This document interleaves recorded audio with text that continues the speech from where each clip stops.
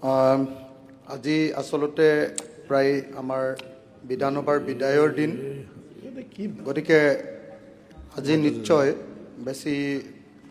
critical কথা কোৱাৰ পৰিৱেশ আমাৰ নাই মাত্ৰ মই এটুকে কওঁ ৰাজ্যপাল ডাঙৰীয়াৰ ভাষণৰ ওপৰত যে যোৱা 5টা বছৰ মই অসম বিধানসভাত বেসিক্যালি চেষ্টা কৰিছিলোঁ অসমৰ গ্ৰাম্য জীৱনৰ শ্ৰমজীৱী মানুহবিলাকৰ খাটি খোৱা মানুহবিলাকৰ প্ৰশ্নবিলাক উত্থাপন কৰিবৰ কাৰণে সেইকাৰণে মই এই সময়খিনিৰ যেনেকৈ অৰুণোদয় অসমৰ প্ৰত্যেকগৰাকীয়ে মানুহে পাব লাগে বুলি কৈছিলোঁ আৰু অৰুণোদয়ৰ ধনৰ পৰিমাণ 3000 টকা হ'ব লাগে বুলি কৈছিলোঁ ঠিক তেনেকৈ একেটা সময়তে জীৱিকা সখীৰ দৰমহা অংগনবাড়ী কৰ্মী আৰু সহায়িকাৰ দৰমহা বৃদ্ধি একেটা সময়তে আমাৰ গাঁও প্ৰধানসকলৰ দৰমহা বৃদ্ধি আমাৰ ভিডিপি সকলৰ দৰমহা বৃদ্ধি আমাৰ আশা কৰ্মীসকলৰ দৰমহা বৃদ্ধি আমাৰ কি কয় ৰান্ধনীসকলৰ দৰমহা বৃদ্ধি এইবিলাকৰ পৰা শিক্ষকসকলৰ সমস্যালৈকে আৰু শিক্ষকসকল আৰু সকলো কৰ্মচাৰীক OPS দিবৰ কাৰণে পুৰণি আপোনাৰ পেঞ্চন পদ্ধতিত পেঞ্চন দিবৰ কাৰণে মই এই সময়খিনিত উত্থাপন কৰিবলৈ চেষ্টা কৰিছিলোঁ এই সময়খিনিত মই আটাইতকৈ ইম্পৰ্টেঞ্চ দিছিলোঁ যে অসমৰ কৃষিটো ভূমি সংস্কাৰ কৰি অসমৰ কৃষি ব্যৱস্থাক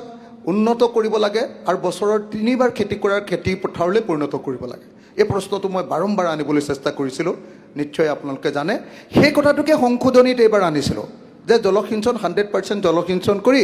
অসমৰ পথাৰবিলাকক 100%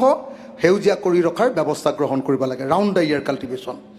তাৰপিছত মই সংশোধনীটো আনিছিলোঁ যে অসমৰ প্ৰত্যেকজন নিবনুৱা কৰ্মসংস্থাপন দিবৰ কাৰণে আমি গাঁৱে গাঁৱে প্ৰতিখন গাঁৱত এটা ইণ্ডাষ্ট্ৰি খুলিব লাগে সৰু সৰু ক্ষুদ্ৰ উদ্যোগ আৰু চৰকাৰ আৰু জনতাৰ সহযোগত এইটো হ'ব লাগে সেই প্ৰস্তাৱটো আনিছিলোঁ আৰু লাষ্টত মই যিটো প্ৰস্তাৱ আনিছিলোঁ সেইটো হ'ল যে আজি বেংগলোৰ বা চেন্নাইলৈ যাওঁতে মুখ্যমন্ত্ৰী ডাঙৰীয়াই কৈছে যোৱা 6 মাহত 162জন ল'ৰাৰ মৃত্যু ঘটিছে মাহে 50টাকৈ ল'ৰাৰ মৃত্যু ঘটিছে মই সেই কথাটোকে কৈছিলোঁ যে অসম বিধানসভাত এখন আইন আনিব লাগে যাতে আমি প্ৰত্যেকজন ল'ৰাক ঘূৰাই আনিব পাৰোঁ তাৰ কাৰণে ইয়াতে কৰ্মসংস্থাপন আৰু যিবিলাক ল'ৰাই বহিৰাজ্যত কাম কৰে প্ৰত্যেকজন ল'ৰাক নিৰাপত্তা প্ৰদান কৰিবৰ কাৰণে সেই ৰাজ্যসমূহৰ লগত চুক্তি বেংগলোৰত গৈছে কৰ্ণাটক গভৰ্ণমেণ্টৰ লগত চুক্তি আৰু লগতে যিবিলাক ল'ৰা তালৈ যাব তেওঁলোকক দক্ষ শ্ৰমিক ৰূপে যেনেকৈ ধৰক কোনোবা ছিকিউৰিটি গাৰ্ড কৰিবলৈ গৈছে ইয়াত যদি আমি অসমত হোম গাৰ্ড বা পুলিচৰ ট্ৰেইনিং দি পঠিয়াওঁ তাৰপাছত তেওঁলোকক যদি এখন চাৰ্টিফিকেট দি পঠিয়াওঁ আৰু গভৰ্ণমেণ্টৰ লগত যদি আমি কথা পাতি দিওঁ তেতিয়াহ'লে আজিৰ দিনটোত তালৈ গৈ 18000 টকাৰ দৰমহা পাইছে তেওঁ গৈ তালৈ গৈ আমি যদি এই কামটো কৰি দিওঁ আপোনাৰ 40000 টকাৰ দৰমহা পাব অসমৰ প্ৰত্যেকগৰাকী ছোৱালীক